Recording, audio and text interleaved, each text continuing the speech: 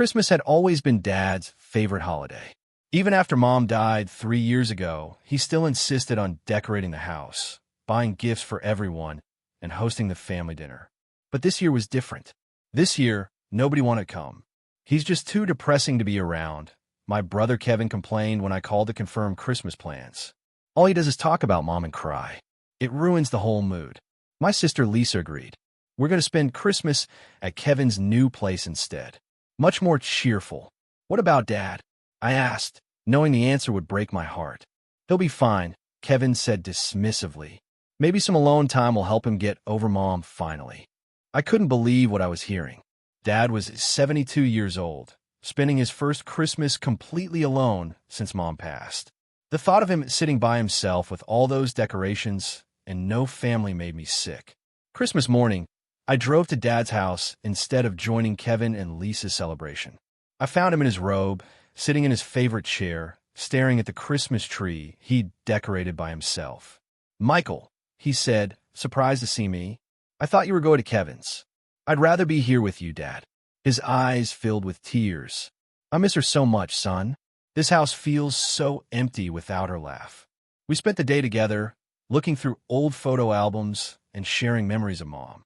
Dad had prepared a full Christmas dinner, hoping someone would show up. We ate together, just the two of us, and despite everything, it was one of the most meaningful Christmases I'd ever had. "Thank you for being here," Dad said as I prepared to leave that evening. "It means more than you know."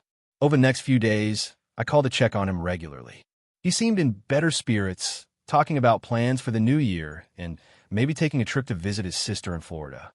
Then, 3 days after Christmas, everything changed. I was at work when my phone rang. The caller ID showed a number I didn't recognize. "Is this Michael Thompson?" a serious voice asked. "Yes, this is Mike. This is Detective Martinez with the city police. I'm calling about your father, Robert Thompson. I'm afraid I have some difficult news." My heart stopped. "What happened? Is he okay?" "I'm sorry to tell you that your father passed away yesterday evening.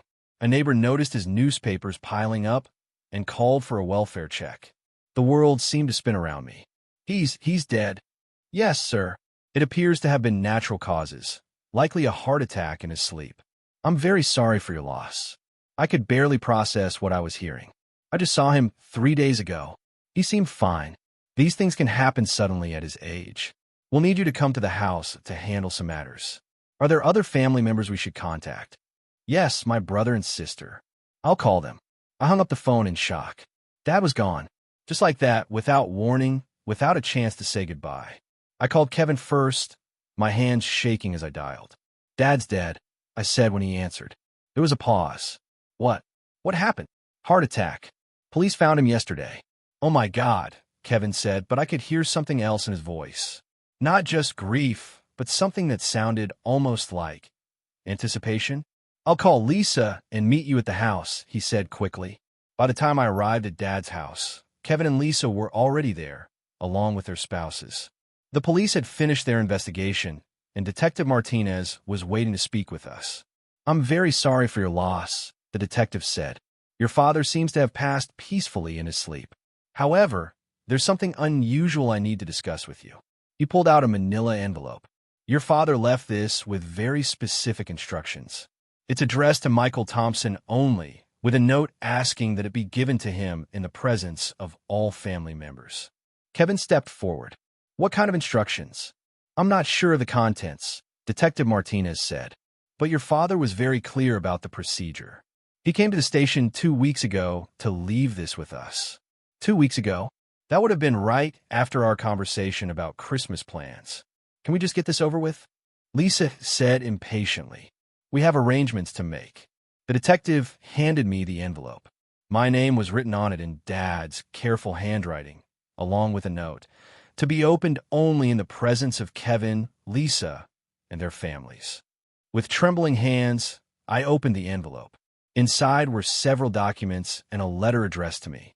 I unfolded the letter and began to read aloud. "My dear Michael, if you're reading this, then I'm gone, and my children are gathered together, probably for the first time since the funeral.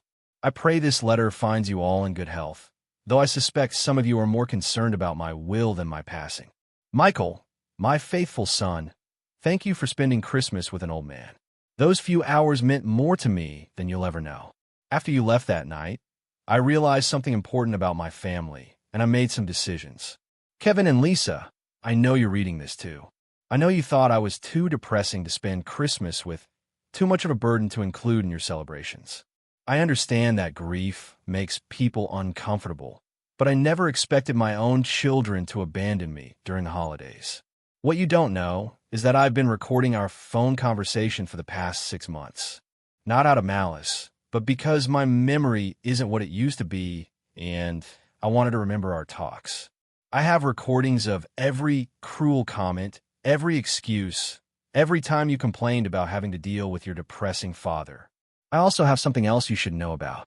I paused, my hands shaking. Kevin and Lisa had gone very pale. Keep reading, Lisa whispered. Last month I sold the house. You probably assumed it would be part of your inheritance, but I decided I'd rather see my money do some good while I could still appreciate it. The house sold for $850,000. I also liquidated all my investments, my savings, everything. The total came to just over $2.3 million. Michael, you'll find the bank account information in this envelope. Every penny has been transferred to your name. You were the only one who showed me love and respect in my final months, the only one who didn't see me as a burden. Kevin and Lisa, you'll inherit exactly what you gave me this Christmas. Nothing. But there's more. I've also left instructions with my attorney to release the recordings of our conversations to the entire family, including your mother's relatives who always wondered why you stopped visiting after she died. Everyone will know exactly how you treated your grieving father. Michael, use this money wisely. Buy a house, secure your children's education, travel with your wife. Live the life I always wanted for you.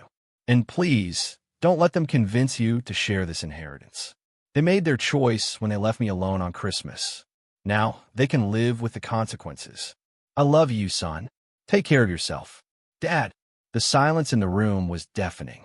Kevin's face had gone from pale to ashen, and Lisa looked like she might be sick. This can't be legal, Kevin said finally.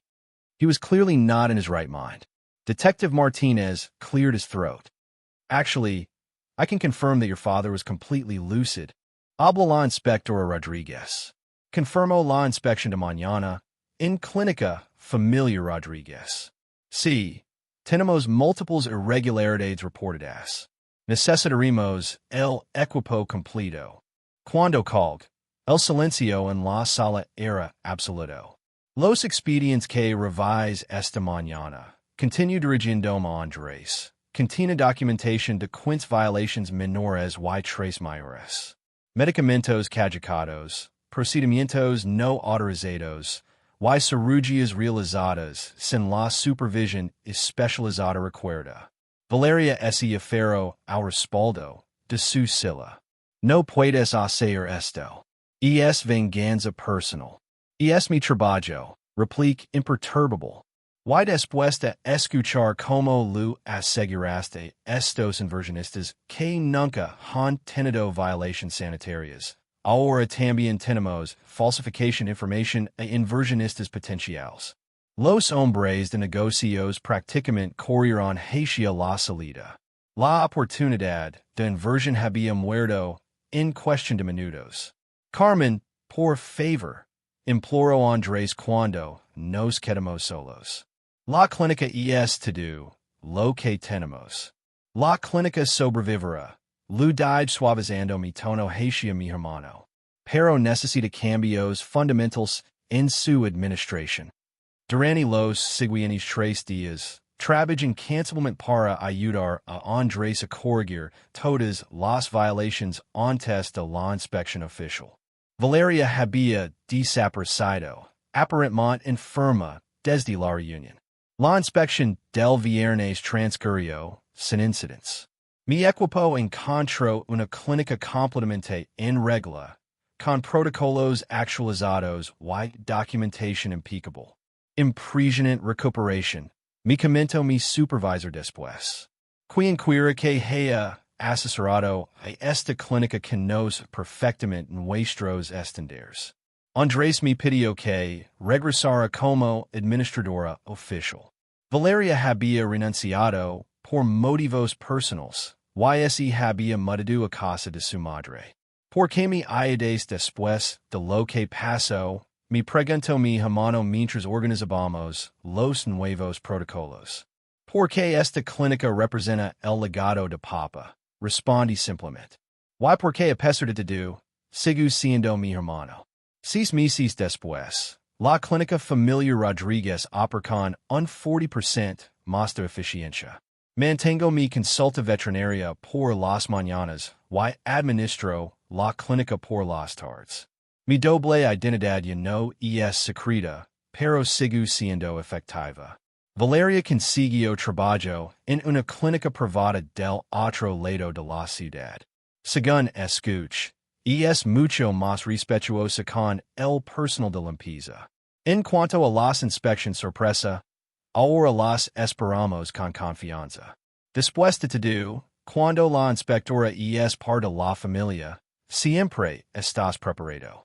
La lección más importante que aprendí fue que mantener un perfil bajo tiene sus ventajas, pero liga un momento en que la gente necesita conocer exactamente con quién están tratando, especialmente cuando confunden la humildad con la debilidad.